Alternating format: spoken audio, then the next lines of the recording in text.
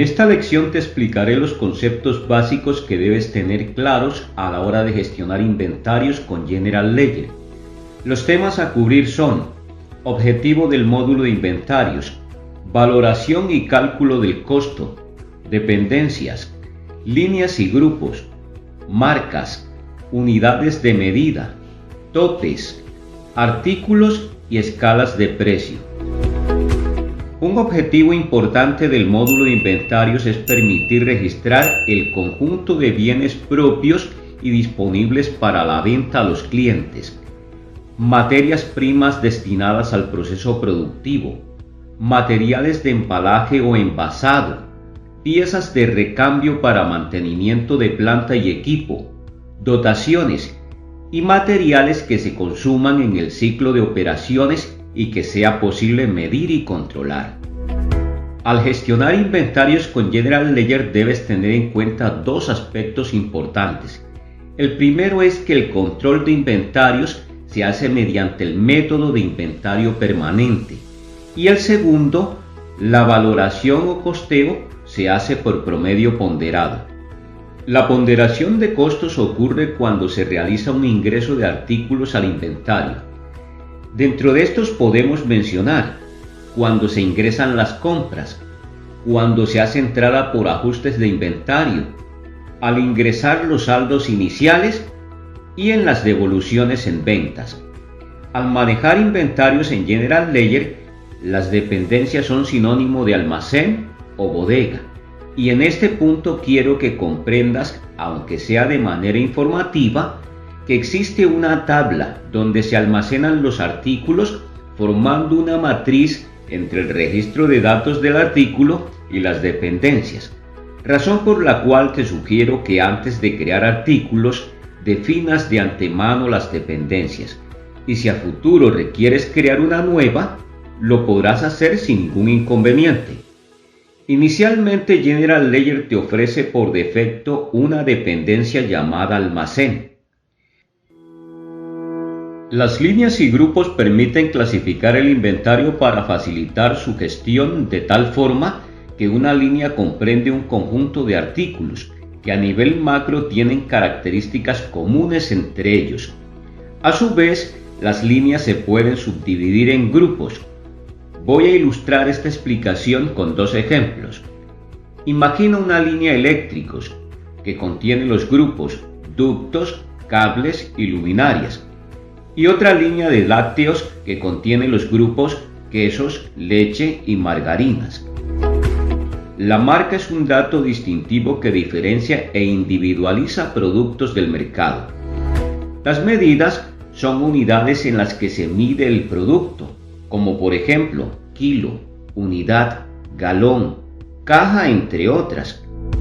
Los artículos son una combinación de línea, grupo, marca, descripción, unidad de medida, costo y demás datos que lo conforman.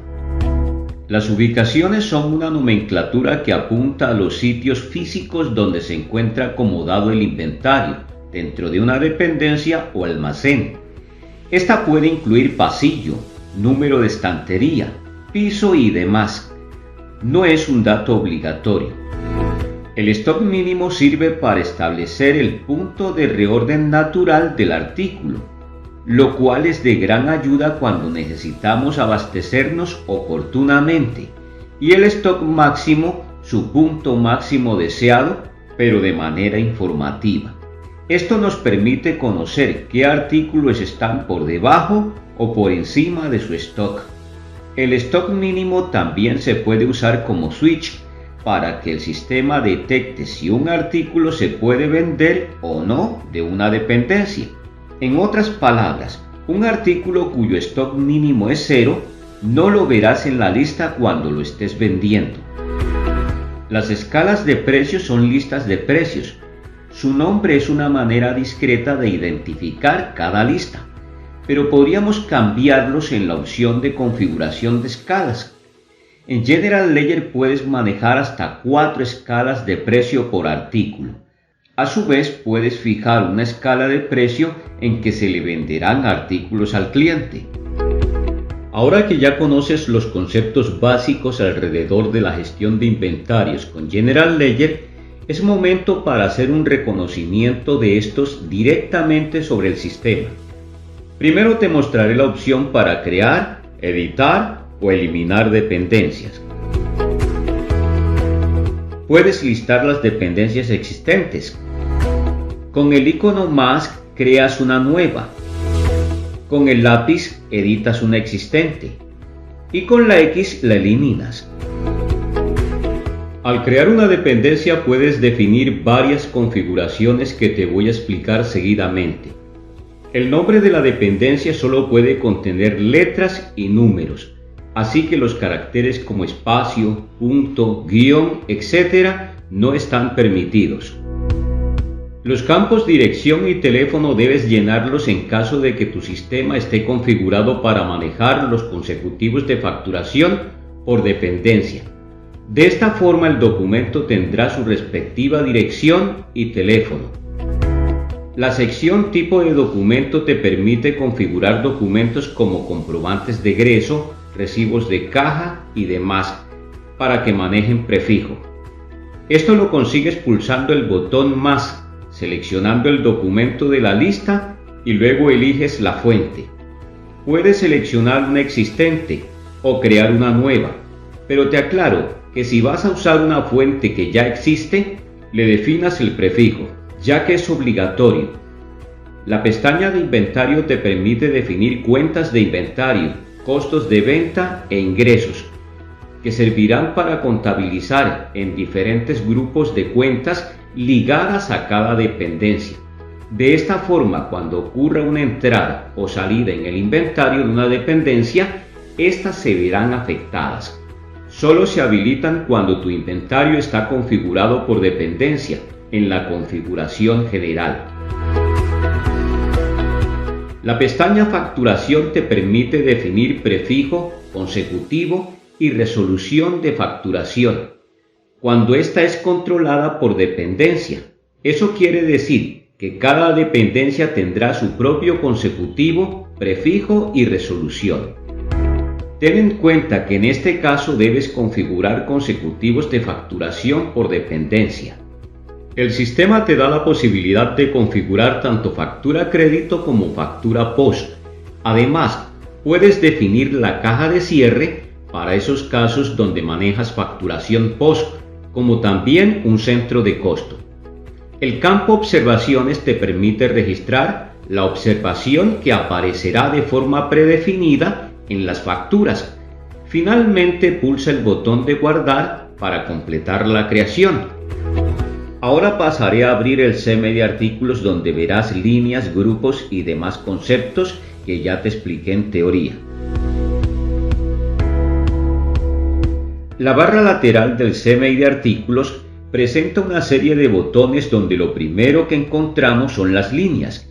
Si pulsas en este botón, aparece la ventana para mantenimiento de líneas. Pulsa el botón más si deseas crear una nueva línea.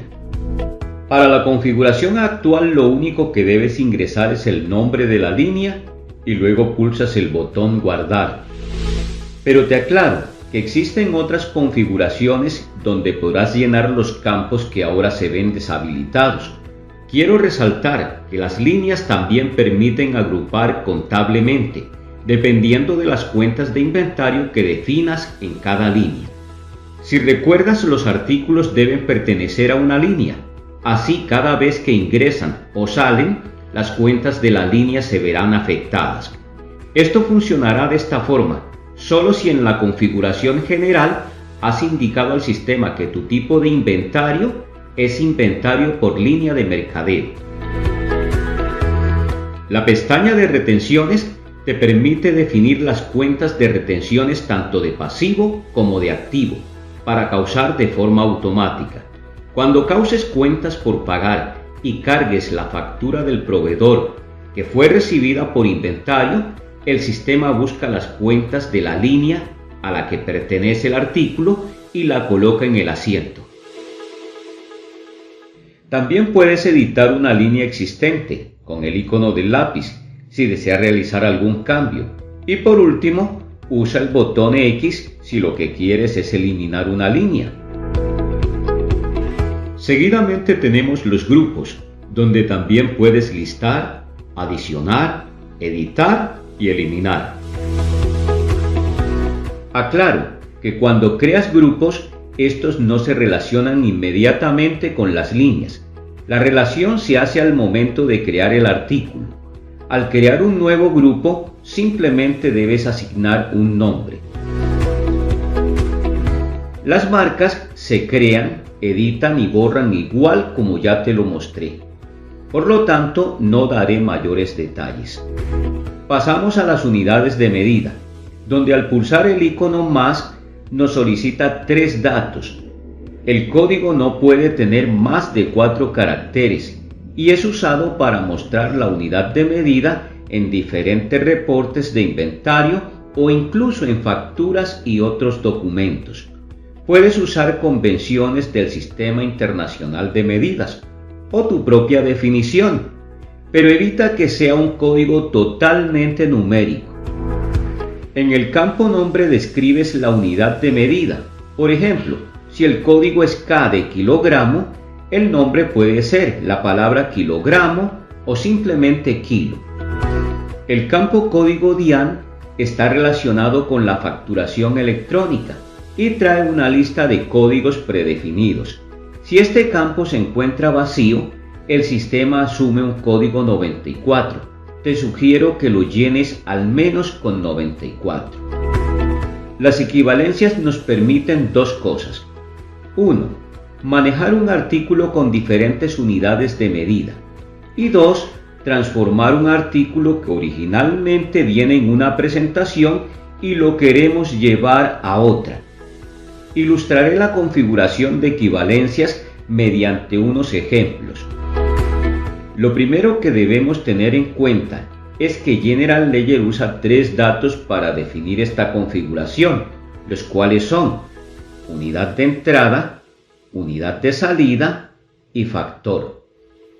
Imagina entonces un artículo que generalmente se vende o descarga de inventario por bultos de 50 kilogramos, pero en ocasiones también se hace en kilos o libras, sin tener que hacer un proceso de transformación para llevarlo a otras presentaciones. Dicho de otra manera, abro un bulto para sacar kilos o libras cada vez que se requiera hasta agotarlo. El análisis es sencillo. Si tenemos un bulto de 50 kilogramos para llevarlo a kilos, ya te lo están diciendo, pues son 50 kilos. Así que el factor se halla dividiendo la unidad entre 50 y eso da un factor de 0.02. En el caso de las libras, ten en cuenta que por cada kilo hay 2.20 libras. Ahora, si multiplicas 50 por 2.20, obtendrás 110 libras. Entonces divide la unidad entre 110 para obtener un factor de 0.00909. Después de esto, la configuración sería unidad de entrada para el caso de kilos, bultos por 50 y unidad de salida kilogramo y factor 0.02. En el caso de libras, la unidad de entrada es bulto por 50, la unidad de salida libras y el factor 0.00909. El caso de la transformación es bastante sencillo. En este lo que vamos a obtener son diferentes presentaciones del artículo. Por ejemplo, si tienes un bulto de 50 kilos y lo quieres transformar en presentaciones de 1 kilo, simplemente reembasa en 50 bolsas cada una de 1 kilo, por lo tanto el factor es 50. Para las libras, de igual forma, reembasa el bulto de 50 kilos en 110 bolsas de 1 libra y el factor es 110.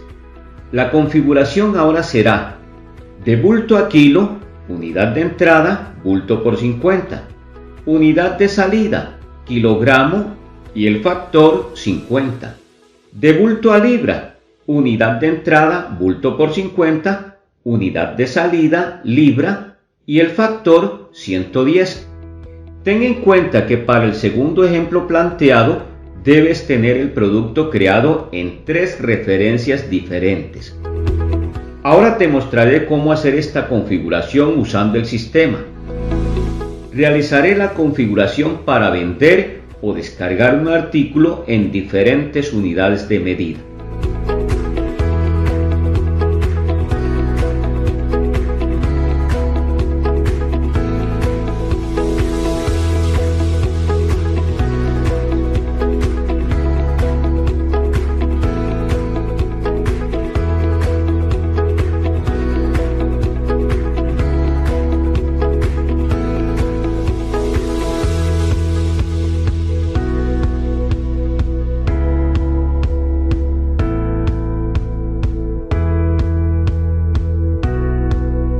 Las ubicaciones son lugares físicos dentro del almacén o bodega.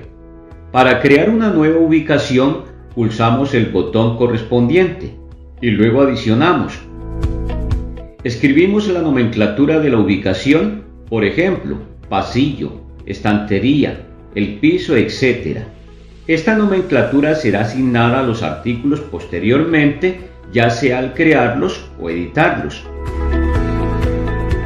Los topes permiten la definición de stock mínimo y máximo de los artículos, lo cual se realiza pulsando el botón Topes. Seleccionas el almacén y a continuación defines stock mínimo y máximo. Finalmente pulsas el botón Guardar. Por último tenemos el botón Descontinuar, que como su nombre lo indica te permite colocar uno o más artículos en la lista de descontinuados. Observa que el CMI dispone de una lista de estados, donde puedes ver vigentes, descontinuados y borrados. Es importante que te asegures que la cantidad en existencia de los artículos a descontinuar esté en 0 para que el sistema te permita completar la operación. Puedes hacerlo mediante notas de ajuste de salida o incluso vendiéndolo. Seleccionaré 2 artículos y procederé a descontinuarlos. El sistema pide confirmación. Se debe diligenciar el cuadro de diálogo donde se indican las razones que obligaron a descontinuarlos. Y ahora desaparecen de la lista de vigentes, pero aparecen en descontinuados. Una vez en la lista descontinuados, podrás cambiar al estado vigente, seleccionando uno o más artículos y pulsando el botón Cambiar estado. Para eliminar artículos, el procedimiento es similar al anterior. Solo tienes que usar el botón de la X tras haber seleccionado los artículos a eliminar y después de esto cambian al estado borrado. Pero quiero aclararte algo una vez nos encontramos en la lista de borrados. Observa que no dispones de la casilla de verificación al frente de los artículos, por lo tanto no podrás volver a cambiarlos de estado. Borrado es definitivo. Con lo aprendido hasta el momento, ya tienes las bases para avanzar a la creación de artículos.